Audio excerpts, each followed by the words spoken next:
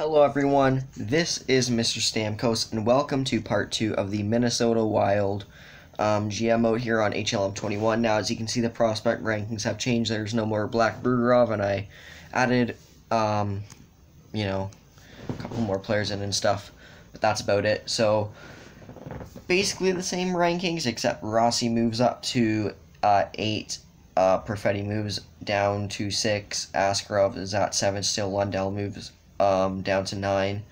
So, just not really a lot of changes. But now we are actually in a great position to take Anton Lundell, who I really do love as a prospect. And I think he will be a great NHL player. So, I didn't get any comments on the last video yet. It's been about 24 hours, so I'm pretty sure there's not going to be any comments in, the 20 or 30 minutes left until the 24-hour mark. But the player that I am mainly targeting in this draft is Anton Lundell, and if we can get him, a guy who's sort of similar to Mikael Granlund, who was a great player here, if he falls to free agency, I may be interested in bringing him back. But yeah, Lundell, just a really great player, really kind of a guy that I think would be perfect as a Minnesota Wild, but we will not know until we get into the draft. So let's hop into it, guys. I'm just going to do the draft re-sign phase and then take a quick look at free agency just to see who's there. And that'll be it. But yeah, we get pick 9, 40, and then 102, 133. We have a lot of later picks. So first overall pick, the New York Rangers selecting Alexis Lafreniere. No surprise there. LA at 2 goes Stutzel, and Ottawa 3 with Byfield. That's usually how it goes. Detroit 4, I think, is going to go Raymond. Yes, they do. Ottawa at 5 will go Drysdale. Yeah. Anaheim 6, Perfetti. Okay, 7, New Jersey. They will take Holtz. No. They actually go with Askarov, so pick 8. This is a big one. I need Buffalo to go either Holt or Rossi here. Not Lundell, please. Oh, they take Anton Lundell at 8. That sucks. That really sucks. Yeah. Low elite player too. Really, really great talent. So, really upsetting there, but we are left with the player that Minnesota got in real life, and it's a great one. Marco Rossi. Now, we do need that center, so either way, it was going to be a good center, but we're going Marco Rossi here. Medium elite, 70 overall. What a pick, what a player. And he'll probably play in the AHL this year for us. He'll grow a bit. So, yep, Marco Rossi at 70 overall. Like that. We are going to send to our next pick now. And Marat Kuznetsov's here, and he's a guy who the Minnesota Wild also took in real life. But there's also Jan Kuznetsov, who I really like, a guy who we could use at that left-handed defensive spot. So I think I'm going to go with Jan Kuznetsov here instead of Marat. But we could make a trade. I am going to send him a couple picks here. Well, we'll see if Marat falls to 50, which he doesn't. Okay, so never mind. Send him to 102. Alexandrov doesn't really look great. Legacy. There's a goalie here, Silberg. I think we're going to go with him. 60 to 70. Minor, 60 overall. Not a great pick there, but what can you do? We're going to go with Vananen. Finnish player. Okay, high depth. I want to see what LaFlamme or that one guy is. Did I make a bad pick here? Because there was 2 high guys. So, I want to see if I made, if the pick didn't really matter. Oh, Phil Witch was a top 6. That's rough, but he's right defenseman. We don't need that. We need guys like Vananen who can add a little bit to our left defensive depth here. But anyways, pick 135. We're here. Who are we going with? I'm going to go with Majeski. Oh, that is bad. We're not having a good draft outside of these top 2 rounds. We're not getting any depth picks. Lintner, another minor goalie. That is rough. And our last pick of the draft, gotta make it a good one. Dylan Holloway. Oh, I know why. Because, yeah, I'm not going to take him then. Because I think that would be a bit cheaty. But we're going to go with Mr. Rhodes here.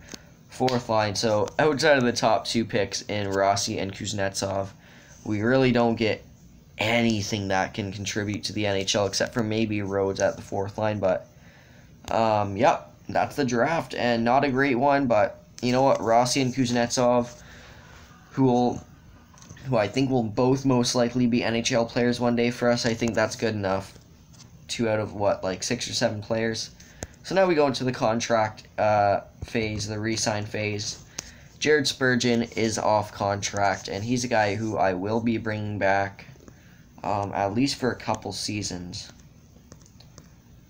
I don't know if he's getting paid that much from us. I'll give him 4.3, but he is not really that great. He's not really that great. Big time shot though. Kirill Kaprizov definitely coming back. I'm signing him not long term quite yet. I'll sign him 2 years at $2 million. See what he can do for us. Alex Galchenyuk is a guy who I don't really know if I want to bring. He's 80 overall, so I could qualify him as an RFA, but we kind of need the young guys, and he's only 26, so he could come in and play for the next 4 seasons and still be a valuable member of this team. So I'll definitely sign Galchenyuk, I think. That's a bargain. Jordan Greenway, another one of those guys where I'll be signing. He's 23. We need the young guys, and he can grow for us. It's a no-brainer signing Greenway. JT Brown, I think I will sign mainly for just depth purposes. But we are saving a lot of money right now by getting these guys for cheaper as well. Matt Bartkowski, another guy just for depth. Bring him in.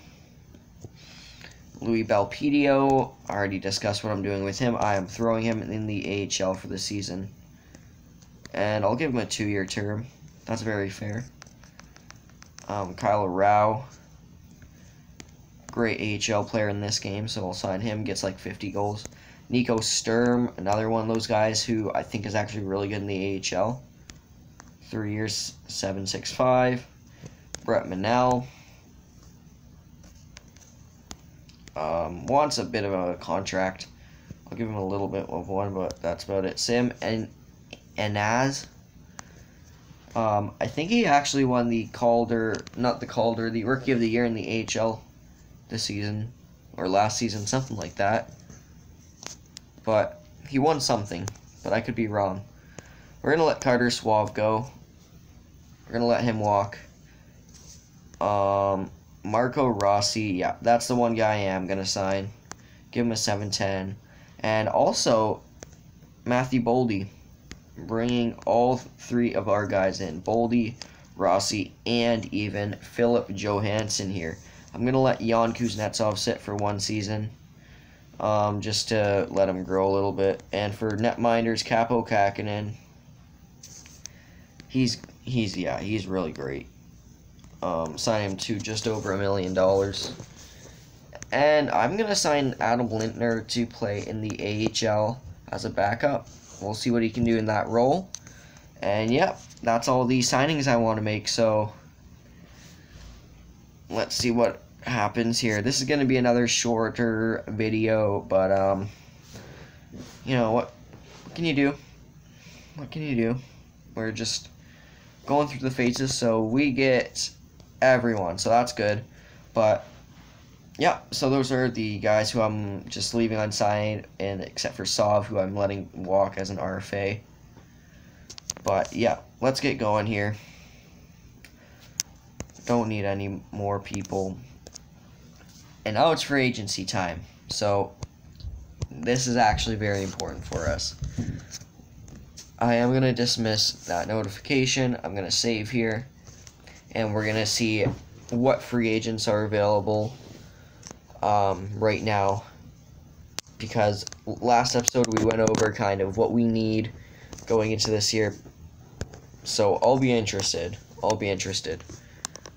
And boom, boom, boom, boom, boom. Okay, we have quite a few guys here. Yeah. So let's start with centers, because centers is the big one. We got quite a few options, so we could obviously bring back Mikko Koivu, but that's not very realistic because Minnesota did just let him go. But a guy I am looking at right now is Dennis Malgin, 23 years old, 80 overall, low top 6 potential. I'm going to put him on my watch list. He's 5'9", 177, right-handed shot, but pretty decent kind of bottom 6 guy. He could definitely hop into that bottom 6 role for us, potentially work his way up into a middle 6 role one day. It's an option for us at this point, signing him.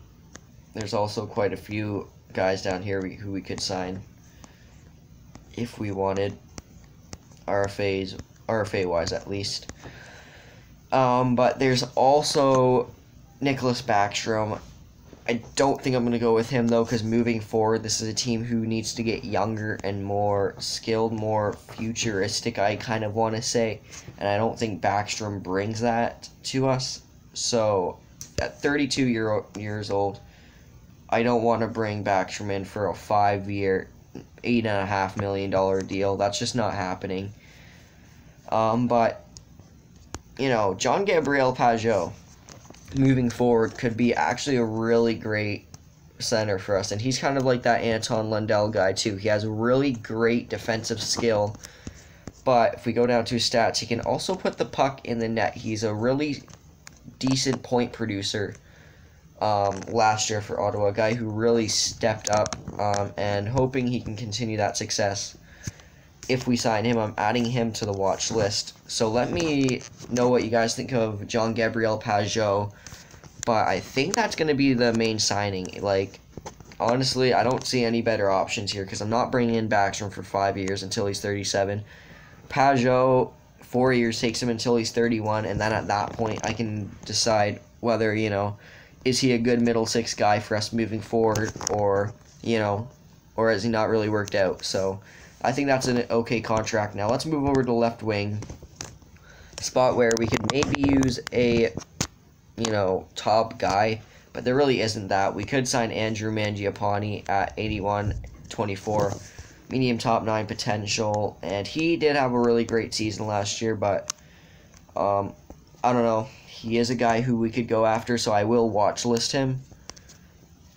I do actually want to take a look at my depth quickly, just to see if we even need Andrew Mangiapane. We got Parise, we got Fiala. We could use him in a third-line role, potentially. No, we do not need Andrew Mangiapane, but he still could be an interesting signing if we slot him in on, let's say, that right wing, but I'm thinking we're going to throw either Johansson or Parise on that right wing for this season.